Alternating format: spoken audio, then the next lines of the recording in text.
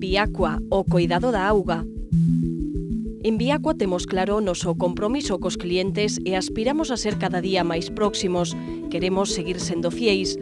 A nosa responsabilidade é coidarte. Traballamos para progresar, progresamos para innovar. En Biacua innovamos cada día para darche o mellor servizo.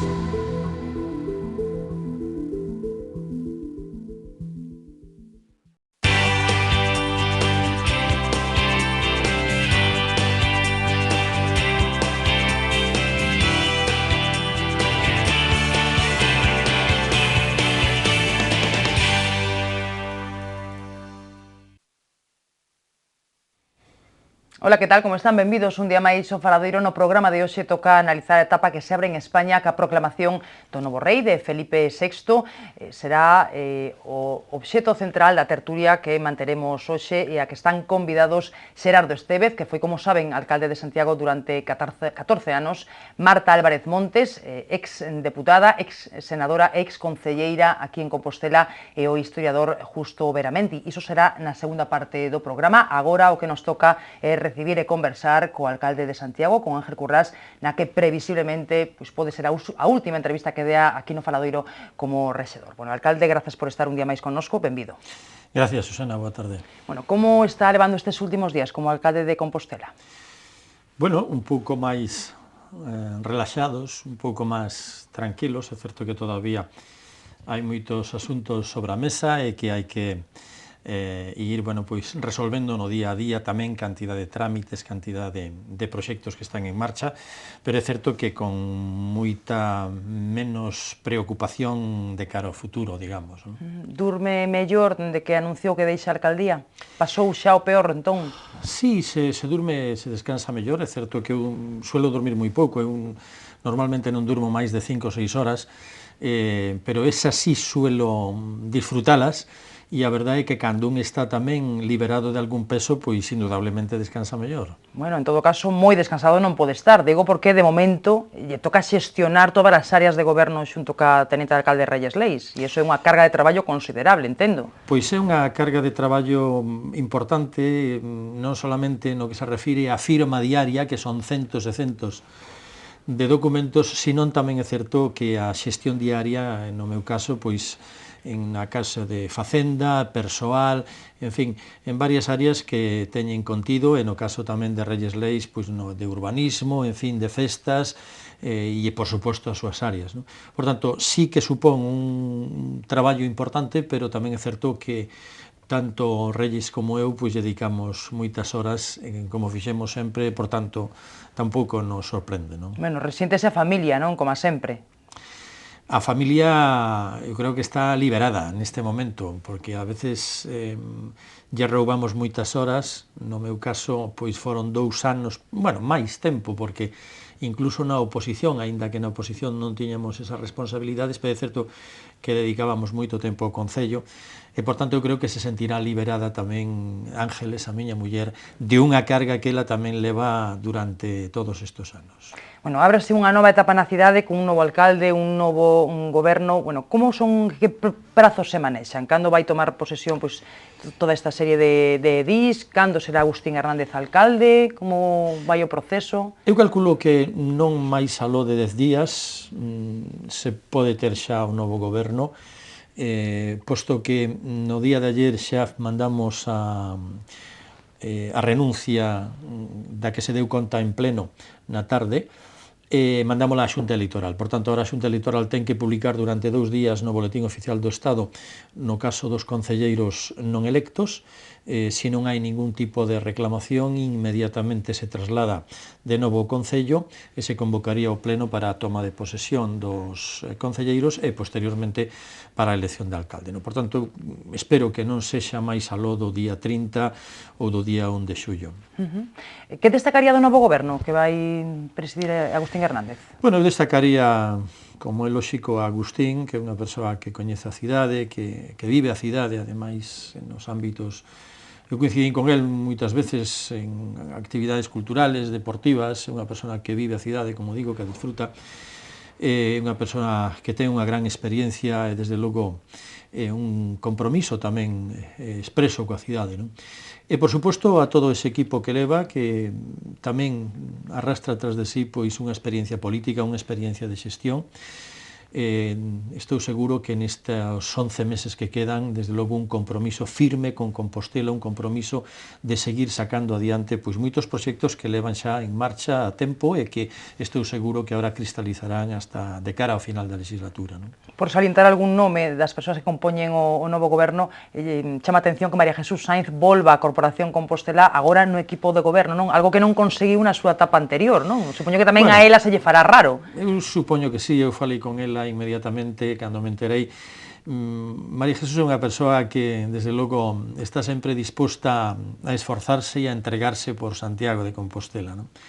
É compostelana, dedicou pois ao longo de 2 legislaturas moito traballo a Santiago de Compostela e o sigue facendo nas súas responsabilidades en Madrid, neste caso como senadora, como diputada que foi antes. Por tanto, eu sei que para ela supón un esforzo enorme, pero tamén estou seguro de que ela sempre está disposta a apoiar e a sumar a prol de Santiago. Eso, sin duda alguna, e creo que hai que agradecerlo porque vai a supoñer para ela, sin duda, redoblar traballo e esforzo, non solamente en Madrid, sino aquí. E algún outro nome que lle sorprendera ou no que tamén vostede pensara nun momento dado, mentres tamén pensaba en nun novo executivo? No, a verdade é que eu tiña outro equipo, como sabes, era un equipo tamén de perfil técnico, de un perfil pois de experiencia tamén contrastada, pero pois non había pensado en algunhas destas persoas que forman parte da candidatura, pero que desde logo teñen, desde logo, a mesma experiencia, desde logo a mesma capacidade e, por suposto, a mesma entrega que van a dar por Compostela que o equipo que teño ya eu previsto. E vostede cree que vai ser moi complicado pois empezar a traballar e estar operativos nun prazo breve de tempo, digo, porque hai que reorganizar moitas cousas. Pero é que o Concello sigue en marcha, o Concello sigue malia o que di a oposición, que fala de parálise continuamente. Pero cando non falou de parálisis a oposición? Leva falando de parálisis desde que ganamos as eleccións. E os únicos que quixeron paralizar este Concello foron eles, que ganando as eleccións en maio nos deixaron tomar posesión o 1 de xullo, con sucesivos recursos á Xunta Electoral para que, de alguna maneira, seguiran gobernando sin a legitimidade que lle daba, lóxicamente, o que nos daba os votos nas urnas, non? Por tanto, parálisis non hai, seguimos traballando moito, os proxectos siguen adiante, hoxe mesmo tuvemos xunta de goberno, leváronse a cabo, desde logo, a aprobación de proxectos tamén interesantes, como é o reasfaltado de numerosas rúas do ensanche Compostelán, en fin, diferentes licencias de obras, proxectos que temos en marcha. Por tanto, non paralizou nada. E eu sei que esa rodaje vai a continuar, posto que queda todavía Reyes Leis, quedarei eu tamén puntualmente, e que os proxectos que están avanzando seguirán, por suposto que sí. Xa que falamos da oposición, din os voceiros de PSOE e BNG no Pazo de Raxoi que ven moi mal que máis da metade dos membros do novo goberno sexan edís non electos. 7 de 13 concelleiros son efectivamente non electos. Bueno, o voceiro do PSOE, Paco Reyes, dubida da constitucionalidade diso e o voceiro do BNG fala directamente de fraude democrática e, de feito, o BNG anunciaba hoxe que vai presentar un recurso. Bueno, pero eso non é novo, é dicir, a xudicialización que fixeron o BNG e o PSOE da vida política é continua, eso sabemos, por tanto, non nos extraña nada, non nos sorprende nada. Empezaron xa levando os resultados, como digo, das eleccións pasadas de 2011 á Xunta Electoral repetidamente, despois incluso me parece que é un contencioso electoral. Bueno, pois, que vamos a decir? Si levan xudicializando todo isto, non me sorprende en absoluto, pero como van a falar eles de falta de legitimidade si o mismo que se fai en Compostela se fixo en Ames, ou se fixo en Ribeira, ou se fixo noutros sitios? Si está contemplado na lei electoral actual, por tanto, é lexítimo, é legal. E o que non poden é darnos exemplo porque eles mismos o aplicaron fai pouco tempo en concellos de Galicia. Por tanto, pouco máis hai que decir. O importante é que Santiago siga funcionando, que Santiago teña un equipo sólido, que o vai a ter, e desde logo que eles, pois, eu creo que teñan que seguir na oposición, non? Que é onde lles corresponde. Bueno, xe tivo vostede reunión con eles, moi breve, brevísima, non? De xunta de voceiros. Pedíalles vostede que se aprazara ou que se suspendera o pleno da semana que ven, do día 26. Non accedeu a oposición, así que ese pleno se ten que celebrar. Tiña que haber acordo, non, neste caso. Bueno, efectivamente, eu pedín o acordo dos grupos, pero porque creo que estamos nunha fase de transición hacia outro equipo de goberno e, por tanto, me parecía razonable que un pleno que vai a ter poucos puntos da orde do día, bueno, pois que se aplace, non que se suspenda, sino que se aplace en lugar de facer o 26 de xuño, como está previsto, pois que se puidera facer a primeira ou a segunda semana de xullo. Eso sería o normal, non? Pero, bueno, eles consideraron que non, e, por tanto, pois, desenvolveremos o pleno tal como estaba previsto, sin ningún problema. Creo que máis dunha vez cambiamos plenos de data. Cando hai un pleno que coincide incluso nun día festivo, se pasa para outro día. Por tanto, o que se trataba aquí era de normalizar algo que me parece que é razonable, ¿no? Que tome posesión o novo goberno e despois que haya o pleno ordinario. Bueno, non houbo consenso, pero non foi novidade tampouco, quer dizer, non houbo durante todo este tempo, non? Desde que empezou a legislatura. Este é o mellor exemplo do consenso que eles negan reiteradamente ao grupo de goberno. Moi poucas veces houbo consenso, porque é moi difícil chegar a consenso co señor Reyes e co señor Cela. Despois falan de que o alcalde non ten diálogo con eles, pois mire, intentei non moitas veces, pero é moi difícil chegar a consensos, sobre todo en grandes proxectos da cidade, que é o que me doe a min, non? Noutras pequeñeces, porque a fin de contas isto tampouco ten maior trascendencia, farase o pleno exactamente igual o día 26, pero noutros asuntos de defensa da cidade e de apoio da cidade sí que tiñen que estar aí sumando. Bueno, farase o pleno día 26 e a foto volverá a ser a bancada do PP prácticamente baleira, non? Esa foto entendo que doe, non?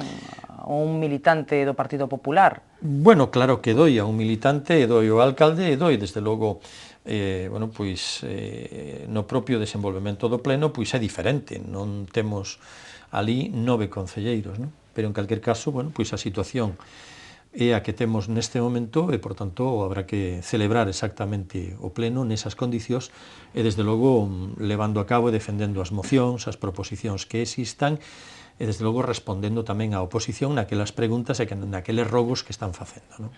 Bueno, chegados a este punto, adoptada xa unha solución para Compostela e a piques de abrir unha nova etapa cun novo alcalde, cun novo goberno, cree que a cidadanía vai entender ben esta solución e que perdoará o PP nas urnas, non, polos erros cometidos no pasado? Mire, esta é unha solución lexítima, absolutamente lexítima, que, como digo, se está aplicando noutros concellos de Galicia e, ademais, non precisamente polo Partido Popular, sino nas listas do Partido Socialista ou incluso do Bloque Nacionalista Galego. Por tanto, isto está previsto na lei electoral. Que se vai entender? Pois seguro que sí, porque o goberno vai a seguir traballando pola cidade, o goberno vai a seguir desenvolvendo proxectos por esta cidade, e creo que iso é o que perciben os cidadáns. Os cidadáns non percibiron nunca un vacío de poder.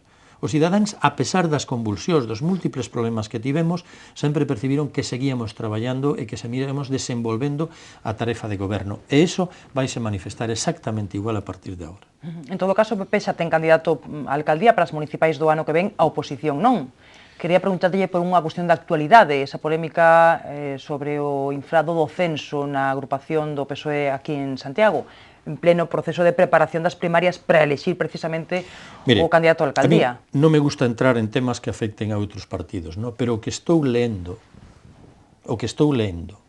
do proceso que está seguindo o Partido Socialista para elexir candidato ás próximas municipais me parece surrealista. E me parece que define claramente o equipo socialista en Compostela. Cando falaban de divisións no grupo de goberno, pero si están enfrontadísimos, pero si non hai máis que velos. Cando se fala de divisións ou cando eles falaban de divisións entre uns concelleiros e outros, non hai máis que ver as caras no pleno, as caras dos concelleiros do grupo socialista. Pero o que é máis grave, que existan pisos, como se chaman, pisos patera ou pisos, non sei de que tipo, en donde poden estar afiliados 9 ou 10 ou 12 afiliados, eso me parece, se é así, me parece moi grave. En calquer caso, eu supoño que tamén os afiliados do Partido Socialista pois o terán en conta, sin duda alguna. Bueno, está vostede a piques de deixar a alcaldía, de momento vai seguir na corporación como concelleiro para facilitar a transición. Non lle pide o corpo marchar a Xiña? A verdade é que levo pois 6 anos de moito traballo, non, 7 anos de moito traballo na corporación. É certo que 4 deles na oposición e 3 no grupo de goberno. Indudablemente iso pois, xera cansancio e desde logo pide tamén un descanso, no? Que non o tuven. Eu debo decir que nos últimos 3 anos eu tuven escasamente 15 días de vacacións, moito, a veces incluso menos. Por eso necesito tamén un descanso e eu espero telo dentro de uns días, pero en calquer caso o meu compromiso está tamén coa cidade, o meu compromiso está con Compostela e seguirei dando todo o que poida. E ademais eu debo decir que o meu traballo de xestión e de xestión política foi sempre orientado hacia Compostela, na capitalidade cultural do ano 2000, na cidade da cultura de Galicia, que aínda que era para Galicia estaba en Santiago, e logo como concelleiro e como alcalde, no? E deso me sinto moi orgulloso. E gustaríalle volver ao ensino? Sí, bueno, o ensino indudablemente a miña profesión, hai indudablemente por diante pois todavía anos de traballo, por suposto será pois no ensino ou noutra actividade, pero por suposto que me gustaría volver ao ensino, e tarefas que deixei tamén no eido da investigación e que deixei pois de alguna maneira paralizadas ao incorporarme á política nun ámbito que ademais no que eu traballei, no que me gusta traballar, que son as Rías Galegas, no? Eu espero poder recuperar tamén ese traballo en pouco tempo. En todo caso, ese paso pola política deixalle bo sabor de boca malia este final complicado? O paso pola política, e sobre todo, é que é distinto. Hai que valorar, por unha parte, a xestión de unha cidade como Compostela, que é unha honra, que é gobernar a capital de Galicia, a meta do camiño da ruta máis importante de Europa, e desde logo esa cidade que é patrimonio da humanidade, que é un referente en todo o mundo. Por tanto, un síntese moi honroso de ter tido esa responsabilidade. E logo o traballo político, ese é un traballo, bueno, pois máis duro, é un traballo no que a veces pois resulta difícil navegar, donde lóxicamente hai temporales e donde un ten que acomodarse frecuentemente a circunstancias moi difíciles. De alguna maneira, iso tamén foi o que nos pasou o grupo de goberno nestos 3 anos, e que sufrimos embates moi duros, pero tamén nos levantamos e seguimos adiante. E, por suposto, que seguiremos adiante. E como alcalde, despois de 2 anos e 2 meses, me parece, no cargo, que balance fai? Pois mire, creo que o balance é positivo e se verá incluso no próximo ano. Cando collimos o Concello de Santiago, eu repetirei-no sempre, o Concello de Santiago estaba prácticamente en quebra, unha débeda de 70 millóns de euros en débeda financiera, 20 e tantos millóns de euros con provedores, está saldado a débeda cos provedores, estamos pagando prácticamente a menos de un mes os provedores do Concello de Santiago, e reducimos a débeda financiera pois prácticamente a mitade. En 3 anos prácticamente a mitade, non? Eso nos permitiu indudablemente ter maior disponibilidade para investimentos, están en marcha numerosos proxectos, se abordaron sin duda alguna, bueno, pois definitivamente esa duplicación xunto co Goberno do Estado da AP9 no seu treito de Santiago, se vai a facer ese túnel, ese paso inferior de Conxo, se está traballando e se fixe unha obra importante na rúa de San Pedro, que eu creo que quizás o traballo do que me sinto máis orgulloso. Ia yo preguntar, pero xa que mo di... Pois é dignificar ese camiño francés que tantas veces dixemos, e eu creo que vai a quedar moi ben, e que se vai a completar posteriormente con outro treito do camiño francés. Traballamos en parques, traballamos en esa finca do Espiño, que dentro de moi pouco tempo será realidade ese novo parque. Xestionamos os comedores escolares para 1000 nenos. É a única cidade de Galicia que está xestionando o comedor escolar para 1000 nenos dos centros públicos. En fin, en materia cultural eu síntome moi orgulloso de ter dado un cambio e facer máis con menos recursos, e que Santiago siga sendo un referente no ámbito cultural en toda España, e chegar a acordos pois co Instituto Nacional das Artes Escénicas e Musicales de Madrid, co Centro Checo de Madrid, co Auditorio de Madrid, en fin, con cantidad de institucións que permitiron levar a cabo unha programación cultural seria e unha programación á altura do que merece Compostela.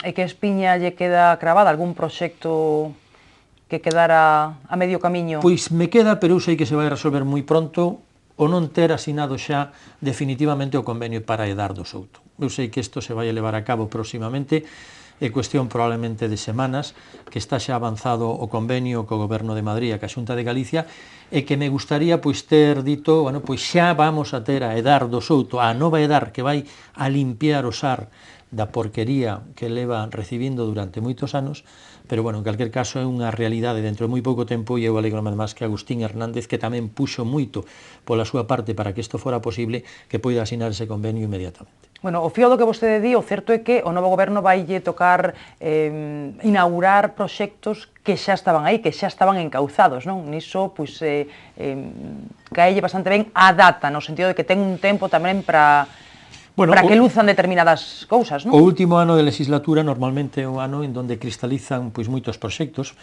En o noso caso todavía máis claramente, por qué? Porque nosotros cando entramos no goberno non tiñamos recursos e non tiñamos posibilidade ninguna de endebedarnos. A débeda que tiña o Concello estaba moi por encima do permitido, en consecuencia non tiñamos recursos. É certo que o saneamento das contas e o equilibrio orzamentario que fixemos no Concello de Santiago, e desde logo ordear gastos e ingresos, que era algo que estaba realmente moi difícil no Concello de Santiago, pois que investimentos que se licitaron pois fai un ano, fai 2 anos, están rematando agora, concluindo, pero iso é norma e moitas veces nosotros inauguramos proxectos do equipo anterior e o equipo que veña a continuación pois inaugurará proxectos nosos, sin duda alguna. Proxectos, en este caso, importantes, non? Por exemplo, o túnel de Conxo, por exemplo, o ambulatorio de... O ambulatorio de Galeras, o túnel de Conxo, bueno, pois esa duplicación, como decía, da AP9, incluso esa variante de Aradas, que tamén Agustín Hernández pois pelexou moito para que fora unha realidade e que poda expropiarse xa os terreos este ano. En fin, son proxectos, pero iso entra dentro da normalidade da xestión política e que un goberno a veces inaugura pois proxectos de outro anterior. Bueno, entendo que, malia todos os reveses xudiciais destes últimos meses, o momento máis duro de Ángel Currás como alcalde de Santiago foi a traxedia de Angrois, non? Entendo que ben, non? Que non me equivoco. Ese foi o momento máis duro e é o momento que me impactou máis, non? Nunha cidade que, ademais, non tiña sofrido ningún tipo de accidente considerable que tuvera a repercusión internacional que tivo este. E sobre todo polo número de víctimas, por aquela imaxen tráxica das persoas nas vías do tren, por ver a nenos falecidos, por ver a persoas que chegaban aos hospitales sin saber dos familiares máis cercanos, aquela foi unha imaxe dramática. E foi unha imaxe dramática que se vai a quedar gravada na retina, desde logo na miña retina durante moitos anos, porque cheguei aos poucos minutos a Angrois e hai unha foto fixa que non poido perder de vista. Bueno, pois non quero tampouco rematar eu a entrevista así con esa mala lembranza. Gustaríame preguntarlle por outra cuestión de actualidade, porque estamos no día da proclamación de Felipe VI como rei. Di o presidente Rajoy que estamos dando un exemplo ao mundo pola normalidade ca que se está a levar a cabo este proceso de sucesión na coroa, aínda que, efectivamente, hai moitas formacións de esquerda e nacionalistas, independentistas, colectivos sociais que insisten en que é momento de abrir o debate sobre o modelo de Estado, non? E que non se pode pechar esa porta, abrir outra, sen consultar a cidadanía. Bueno, vostede que pensa?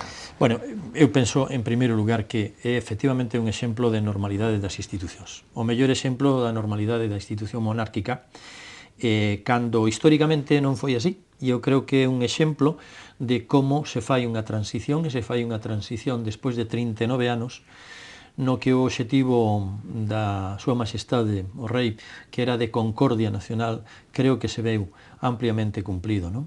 E que vivimos pois a etapa de maiores libertades, de maiores dereitos políticos, de maior estabilidade institucional e eu creo que de maior prosperidade. Creo que o legado que deixa o rei Juan Carlos, o seu fillo xa Felipe VI, é un legado histórico moi importante e, desde logo, un exemplo que nos ten que encher de orgullo, pero, sobre todo, esa imaxe de transparencia e esa imaxe de normalidade nas institucións. E, desde logo, con Santiago eu teño que agradecer especialmente ás súas majestades o compromiso co Real Patronato e o compromiso a través do Real Patronato coa cidade por ese consorcio de Santiago, que é o brazo executor realmente das instruccións do Real Patronato. E agardemos que esa vinculación se manteña cos novos reis, non?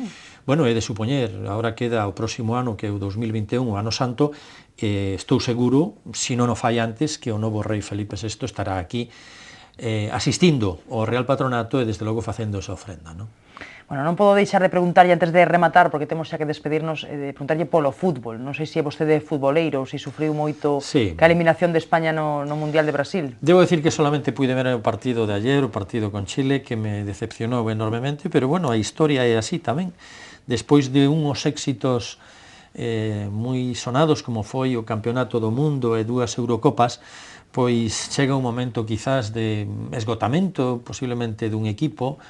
É lei da vida e realmente son xogadores que xa teñen unhas edades a partir de 30 anos e, por tanto, necesitan unha renovación e considero normal. Eu supoño que de novo se poñerán a traballar Vicente del Bosque, que, por certo, vai a ser tamén un dos que leven o premio como do Camiño de Santiago, ademais, dese referente de solidaridade, de xenerosidade do Camiño de Santiago.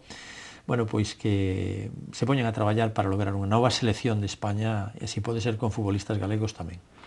Bueno, remata un ciclo na selección española, remata un ciclo na Xefatura do Estado, remata un ciclo en Santiago, que sexa para ben, non, alcalde? Hombre, o que pase de agora en diante, digo. Estou seguro que o ciclo que remata en Santiago, o ciclo que remata en Madrid na selección española, abre un horizonte novo, abre un horizonte de esperanza e, desde logo, estou seguro que ese horizonte será mellor incluso que na actualidade. Bueno, pois non temos máis tempo, temos que deixalo aquí. Moitísimas gracias por estar hoxe connosco. Dicía eu que creía que sería a nosa última entrevista como vostede como alcalde, pero en todo caso, se é así, por suposto, queda convidado a volver cando vostede queira como cidadán currás. Pois moitas gracias, por suposto que acudirei sempre que me invitedes e quero agradecer ademais pois sempre a cordialidade ca que fun recibido e sempre a forma na que fun tratado debo decir que en todos os medios de comunicación, non?